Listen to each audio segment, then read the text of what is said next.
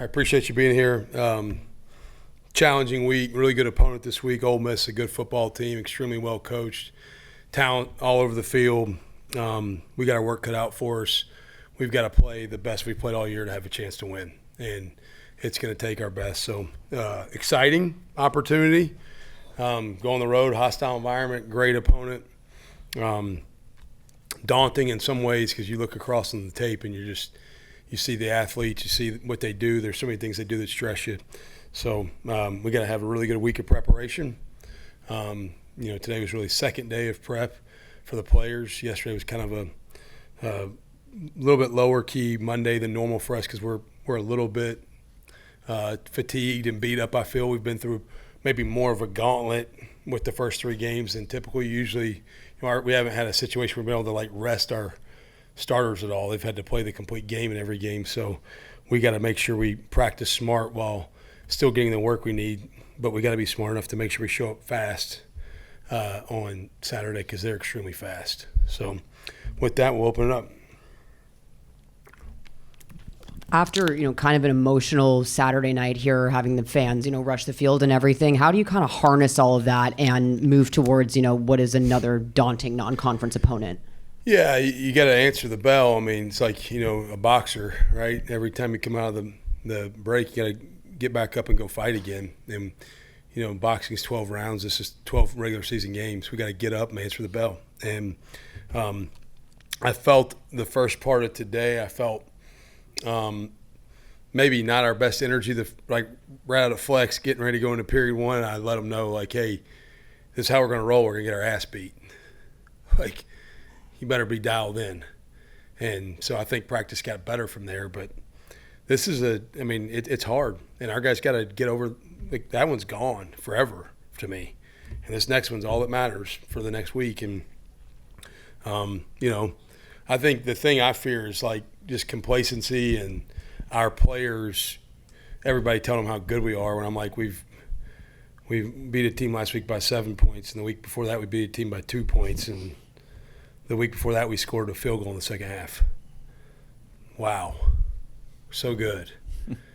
So it's we better freaking wake up.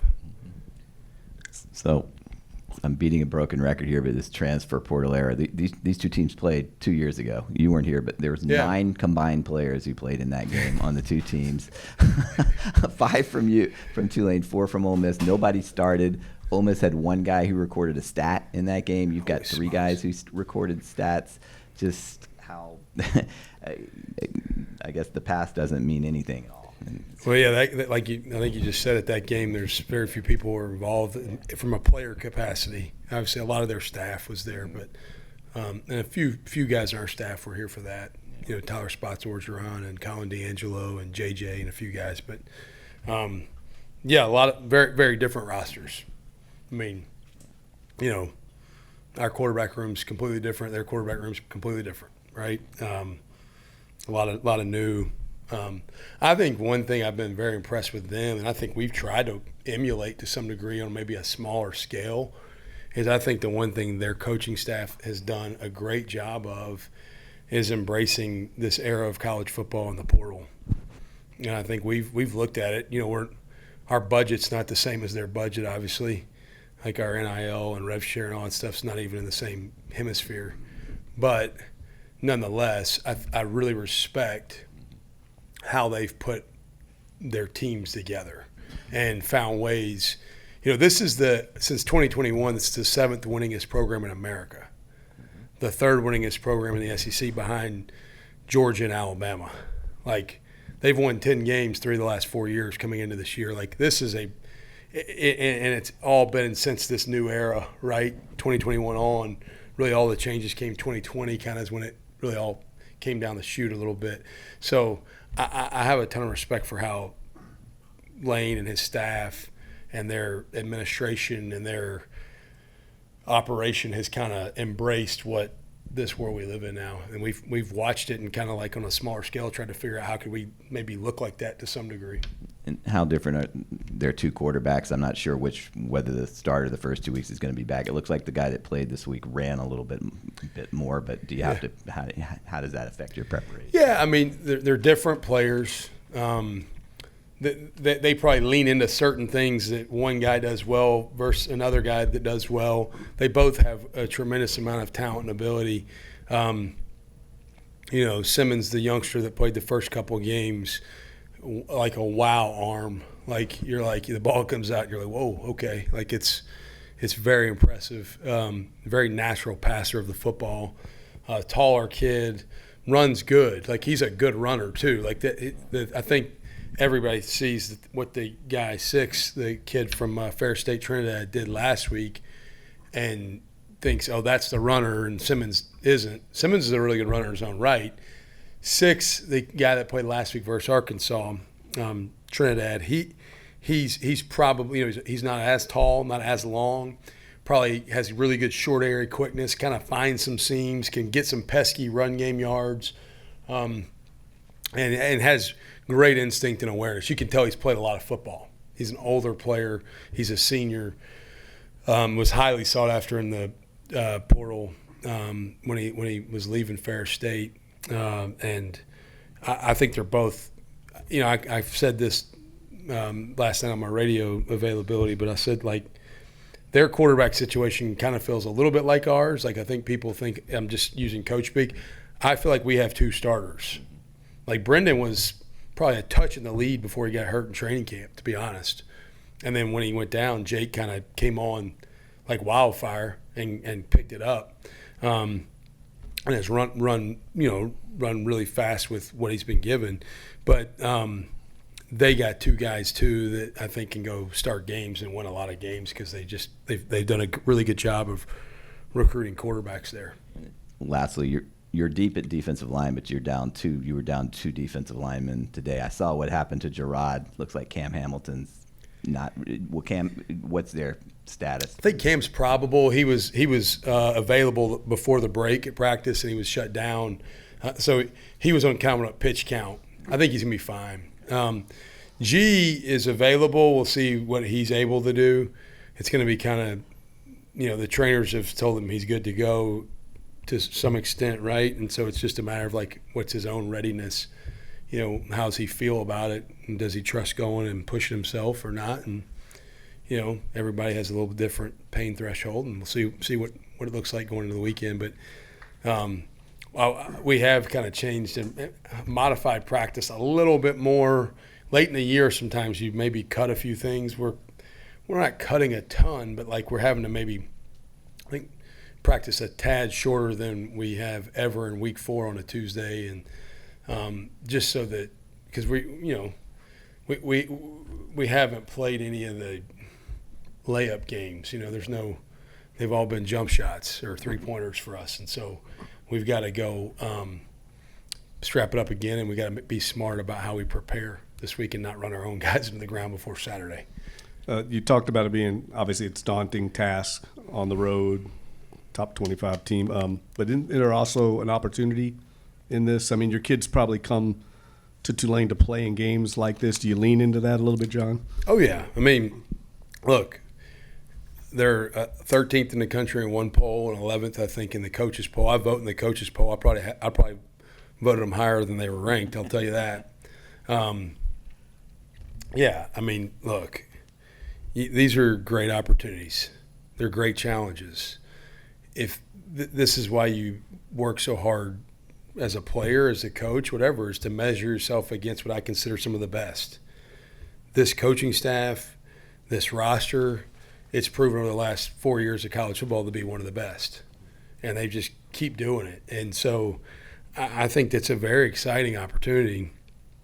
It's one that I think you have to appreciate, you have to embrace, and you have to also respect what you're going against. It's not, it's going to be a handful, but it's fun to measure yourself against the best. And I think that's what's made our non-conference schedule, I think, entertaining.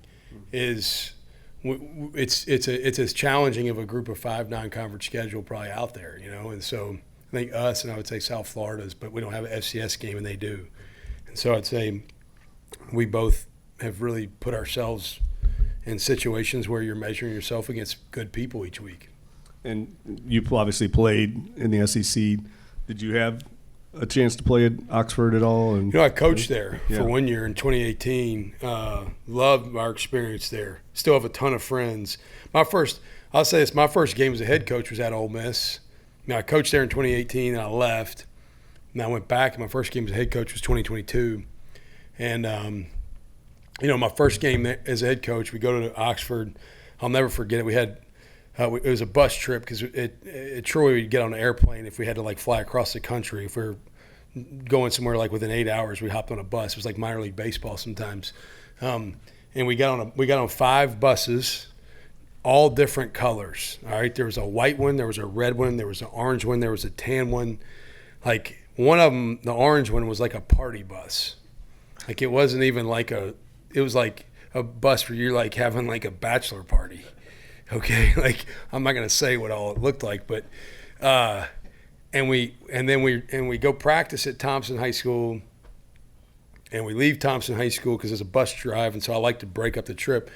And we keep driving. We're in Fulton, Mississippi, which is where Itawamba Community College is, and we're on the highway, and I see our equipment truck pulled over, and the truck's on fire, and I'm like. It's my first game as head coach. I'm like, oh my gosh, what are we doing? And then we get there. We stay in Memphis, which is really stupid because we had to pass Tupelo to go to Memphis and then drive the next day back down to Oxford. And we leave the hotel a little too late, and we get to the stadium. We get to Vaught Hemingway an hour and 20 minutes before kickoff, which is you're supposed to be there 2 hours and 15 minutes before. So it was like a fire drill trying to get out for pregame warmups. And then you look up and we blink and it's 21-0. And I'm like, well, this is off to a great start. And I got a personal foul or unsportsmanlike conduct or whatever on me on the sideline arguing a call, believe it or not. And then we ended up losing. I think the score we lost 27-10 maybe or something like that. It didn't get as ugly as it could have. It could have been it was 21-0. I'm like, they might score 100 on us because these guys have done it. I mean, I looked at their non-conference scores the last 2 or 3 years. It's Tulane played them really good and gave up 37. I know some of it was late. But other than that, it's 63, 72, 50. You're like, holy cow. And so we gave up, I think we lost 27-10. But one of the greatest things, and I've shared this with Lane, I'm pretty certain, and if I may remind him if I haven't Saturday, but – after the game, I'm in our locker room. I do a post-game media availability. I'm really dejected because we lost, and I hate losing. And I'm in the coach's locker room, and I'm got my head down. And Tom Luke, who's Matt Luke's brother, Tom's still on staff there. And Tom comes in our locker room, and he's like, hey, somebody wants to see you outside. So I walk out, and there's Monty Kiffin. And Monty passed not too long ago and a year ago. And Coach Monty says, he comes over and he goes, hey, our team way better than y'all. He said, but man, y'all played hard. Y'all are tough. And he said, keep doing what you're doing. I needed to hear that. As my first game as head coach, after we just got our butts kicked, and I'll never forget that. It was a moment that I shared with Monty.